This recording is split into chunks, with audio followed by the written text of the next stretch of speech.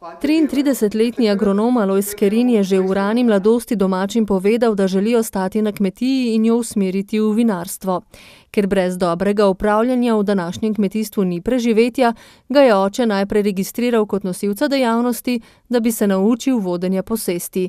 To je bilo pripravništvo, ko pa mu je zdaj posest prepisal, je dobil le del obljubljene subvencije za mlade prevzemnike.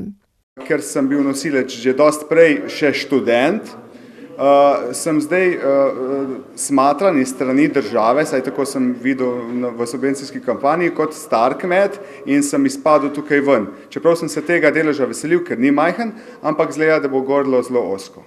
Zakonodajalec je očitno prepričan, da za kmetovanje ni potrebnega nobenega pripravništva v obliki nosilca dejavnosti. Morda pa gre zgolj za izigravanje subvencijske kampanje.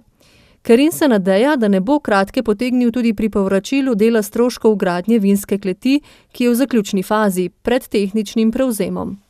To je v bistvu tudi tisti glavni dokument, ki je potreben, in ko to vse zaključimo, se veselimo in upamo, da bomo to vse v rokih lahko upravili, da bo prišel dan, ko bomo oddali zahtevek, da se ta obljubljen denar sprosti na naš račun in nam zmanjša posojila. Klet Modre Frankinje, kot se imenuje novi objekt, ob gospodarskem delu obsega tudi manjšo prireditveno dvorano za kulturne prireditve. Odprtje kleti bo 22. maja, napovedujejo Kerinovi.